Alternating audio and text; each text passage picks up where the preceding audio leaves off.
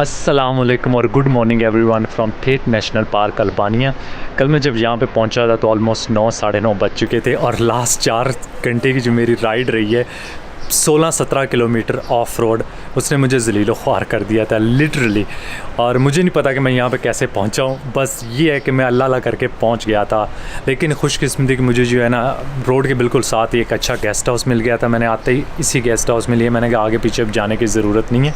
अच्छा guest house है, almost 20 euro का मुझे मिल गया था इवन विद डिनर। आज का प्लान ये मेरा ये है कि मैं जो रोड लेके आया हूँ वही रोड लेके मैंने वापस जाना है। मीन्स कि पहाड़ से नीचे हैं, अब दोबारा पहाड़ से ऊपर जाना है और 15 वही किलोमीटर जो है ऑफ रोड है दोबारा। तो मुझे लिटरली आज जो है वो डर लग रहा है कि यार ये 15 किलोमीटर पता नहीं कैसे गुजरेंगे, क्योंकि कल जो है वो सारा का सारा स्लिपरी था। बहुत लूज़ रॉक्स हैं, बहुत घटिया रोड है। तकरीबन 2-2.5 घंटे तो गए ही नहीं ना इन 15 किलोमीटर पे। तो आज का प्लान ये होगा कि मैं वापस उसी रोड से जाऊंगा स्कादार की तरफ, जो यहाँ की मेन सिटी है लेक स्कादार के साथ। और उसके बाद मैं डिसाइड करूँगा, अगर मेरे पास टाइम हुआ तो मैं भी आगे कंटिन्यू करूँ। कोमानी एक छोटा सा गाँव है जहाँ से मैंने अगला दिन अपना स्टार्ट करना है, तो वहाँ तक जाएंगे। ये तकरीबन 7 से 8 घंटे की मेरी जो है राइड बनेगी आज। और कोशिश करूँगा होपफुली कि आज जो है मैं ज़्यादा रिकॉर्ड कर सकूँ। कल बारिश में मुझसे बिल्कुल रिकॉर्ड नहीं हुआ जा रहा था और मेरे हाथ जो थे इतने ठंडे थे। आज मौसम की प्रेडिक्शन है कि सेकंड टाइम पे बारिश शुरू हो जाएगी, इसलिए मैं कोशिश कर रहा हूँ कि यार उससे पहले जो है निकल जाऊँ यहाँ पे। नाश्ता वगैरह मैंने कर लिया यहाँ पे, बिल्कुल सिंपल सी ब्रेड और इस तरह की चीज़ें यहाँ पे उन्होंने दी हैं, लेकिन ये कि शुक्र अल्लाह का ये भी मिली हैं। अभी जो है अपनी राइड स्टार्ट करते हैं और यहाँ से निकलते हैं। बिस्मिल्लाहिर्रहमानिर्रहीम। सुभान अल्लाह। तो कभी कभी ट्रैवलिंग में वो दिन भी आते हैं जब आप सोचते हो कि आज सिर्फ सेफली जो है ना पॉइंट ए से पॉइंट बी तक जाना है। तो आज मेरा वो दिन है कि जिसमें मुझे जो है लिटरली डर लग रहा है। ये जो 15 किलोमीटर ऑफ रोड है ना, सल्ला करे कि ये खैर खैरियत से मेरे गुजरे। ये है जी विलेज। यहाँ पे तो रोड जो है वो बेहतर है, इतनी बुरी नहीं है क्योंकि ये टोटल वैली टाइप है, तो स्ट्रेट है, इसमें कोई मसला नहीं है। लेकिन ये कि जैसे ही मैं आगे जाऊँगा मुझे ऊपर वो पहाड़ के ऊपर चढ़ना है, तो वहाँ पे होगा मसला सामान के साथ। लेकिन होपफुली आज मौसम बेहतर आएगा तो इंशाल्लाह कोई ज़्यादा मसला नहीं होगा।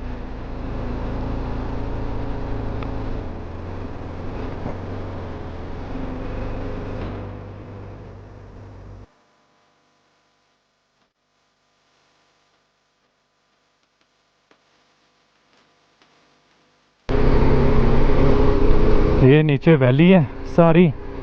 होपफुली रास्ते में किसी जगह पे जाकर मौसम थोड़ा सा खुलता है तो मैं ब्रेक्स लेता जाऊंगा। तेरी खैर हो जाए कीचड़।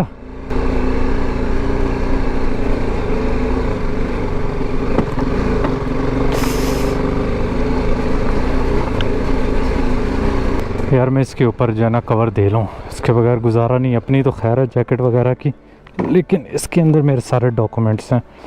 मौसम तो ऐसे मिनटों में चेंज हुआ है यार। इसकी प्रेडिक्शन थी आज 2 बजे के बाद बारिश होगी, अदरवाइज मैंने सुबह उठते साथ ही निकल जाना था। अब यहाँ पे गारा और मिट्टी बाइक को खींच दूसरी साइड पे मार रहे हैं। इसी से मैं बचने की कोशिश कर रहा था कि यार टाइम से ना निकल जाऊँ बारिश से पहले, लेकिन मौसम ऐसा, वो इंतज़ार में बैठा हुआ था कि भाई जैसे ही तूने निकलना है मैंने स्टार्ट हो जाना है बारिश बरसाने। सुबह से नहीं हो रही थी, सूरज निकला हुआ था हल्का हल्का सा, और जैसे ही मैं निकला हूँ स्टार्ट हो गई है। तेरी खैर हो जाए, स्लिप ना हो। ओए ओए ओए ओए ओए। मसला ये, खुदा ना खास्ता अगर यहाँ पे बाइक गिरी ना तो फिर मुझे सामान उतारना पड़ेगा, उसके बगैर तो मैं इसे उठा भी नहीं सकता।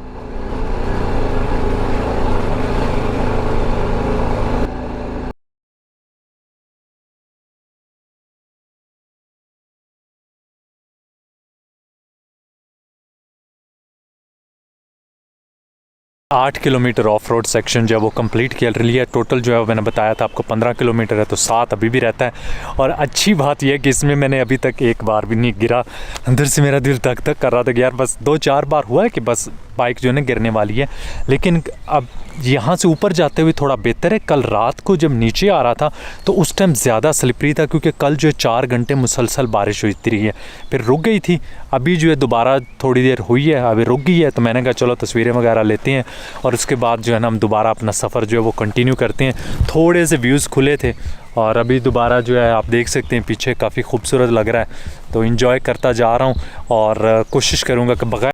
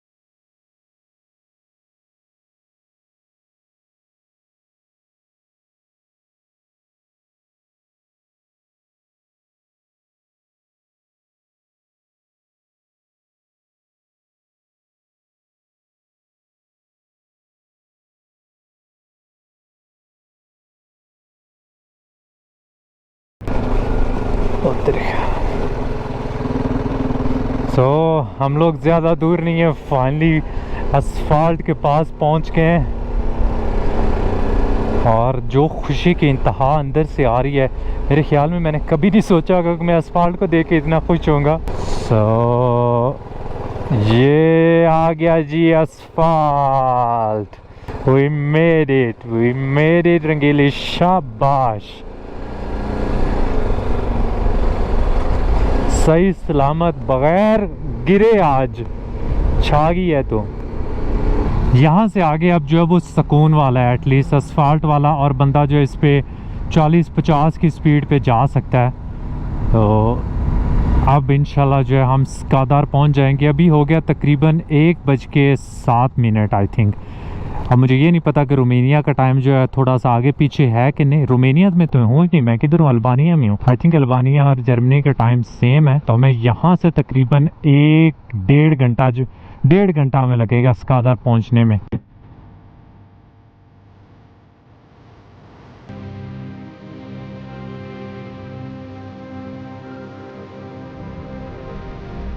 आप सोचते होंगे कि सिर्फ पाकिस्तान में ही इलेक्ट्रिसिटी जाती है, लेकिन यहाँ पे भी जाती है। फिर मैंने एक छोटी सी ब्रेक ली है कॉफ़ी पीने के लिए, क्योंकि बारिश काफ़ी ज़्यादा हो रही थी, तो मैंने सोचा चलो रुकते हैं। और इनके पास यहाँ पे इलेक्ट्रिसिटी गई है, तो अभी मेरे लिए name gate, so he is making me a Turkish coffee.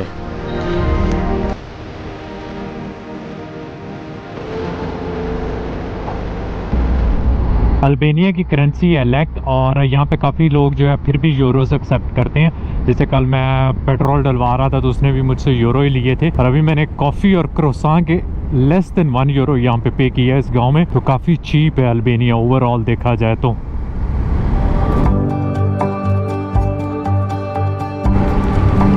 Albania की तकरीबन 3 मिलियन के करीब आबादी है, और क्योंकि यहाँ पे ऑटोमन एम्पायर काफ़ी अर्सा रही है, तो मोस्टली लोग जो है अभी भी मुस्लिम है। लेकिन स्टेट जो है वो इंटरफेयर नहीं करती आपके रिलीजन में, और एक सेकुलर कंट्री है। आपकी मर्ज़ी, आप अपना रिलीजन चेंज करना चाहो, जो मर्ज़ी करो, स्टेट का उससे कोई लेना देना नहीं है। उसके अलावा यहाँ पे इटालियन इन्फ्लुएंस काफ़ी ज़्यादा है, क्योंकि जब ऑटोमन्स यहाँ से गए थे, जब उनको डिफीट वगैरह हुई थी यूरोप में, तो उसके बाद यहाँ के रूलर्स कम्युनिज़म की तरफ चले गए थे। तो 91 तक ये कम्युनिस्ट कंट्री थी। उस दौरान बहुत सारे लोग अल्बानिया के इटली वगैरह शिफ्ट हुए थे, माइग्रेंट, और यहाँ पे काफ़ी ज़्यादा इटालियन टीवी देखा जाता था इलीगल, क्योंकि बिल्कुल साथ है इटली, यहाँ पे ज़्यादा दूर नहीं है। तो इन लोगों को इटालियन भी आती है। अगर आप गांव में अभी मैं किसी से बात करूँ तो वो मुझे कहेगा इटालियन आती है, अगर अल्बानियन नहीं आती, क्योंकि अल्बानियन इनकी मेन लैंग्वेज है, और सेकेंड लैंग्वेज आई थिंक यहाँ पे इटालियन ही है। अभी मेरी उस लड़के से बात हो रही थी जो ये कॉफ़ी में जो जिसने बना के दी है, वो कह रहा था कि ऑलमोस्ट हर फैमिली का कोई ना कोई रिश्तेदार इटली में है, इसलिए यहाँ पे काफ़ी लोगों को इटालियन आती है।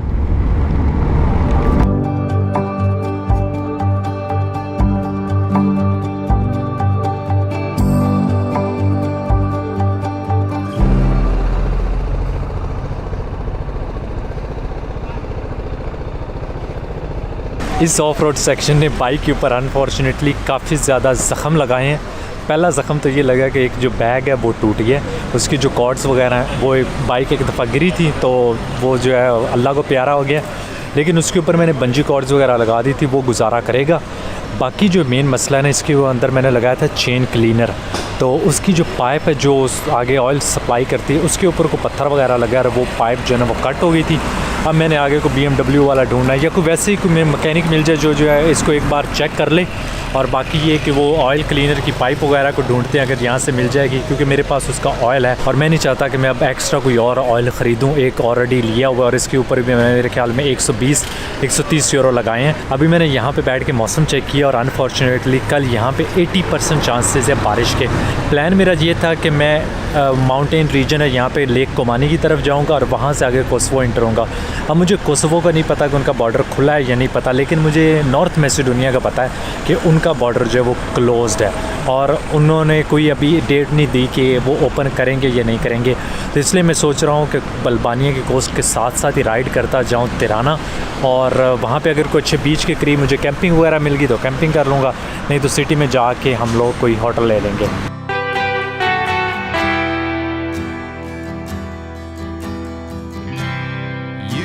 Come here anytime. The garden is neglected, but the door is open. You can come. Turn the light on, sit with me. So हम लोग इंटर हो गए हैं जी तिराना में और अब हमें ढूंढना है अपना होटल। मैंने आज रात यहाँ पे होटल बुक किया है क्योंकि बहुत ही चीप होटल मिल रहे थे, तो मैंने कहा फजूल में हमें कैंपिंग करनी है और वो भी ब्रेकफास्ट इंक्लूडेड है, तो जितना का मैंने ब्रेकफास्ट करना है और कहीं जाके कैंप लगाना है उससे सस्ते दामों यहाँ पे होटल मिल रहा है। तो भाई जो है मज़े से 3 स्टार होटल में रहेंगे। अभी जाके देखते हैं कि वो 3 स्टार की क्वालिटी कैसी है।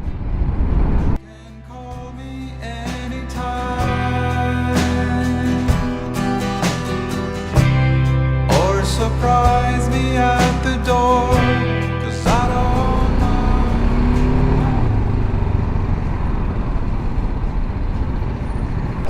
ये आ गया जी अपना होटल और ये उसकी पार्किंग है इधर ही खड़ा करते हैं।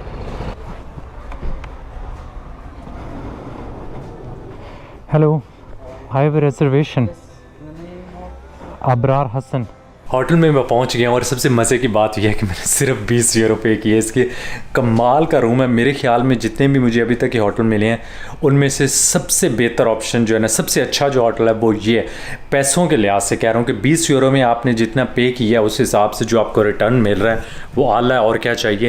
ये बिल्कुल एग्जैक्ट सेंटर में नहीं है, थोड़ा सा सेंटर से बाहर है और यहाँ से बाहर अच्छा व्यू भी आ रहा है। तो अभी थोड़ा सा रेस्ट करते हैं, उसके बाद मैं खाना वगैरह खाने जाऊँगा। अभी नहीं पता, मे भी टाउन सेंटर में जाऊँ या फिर इसके पास जो रेस्टोरेंट्स हैं, तो थोड़ा रेस्ट करके फिर निकलेंगे।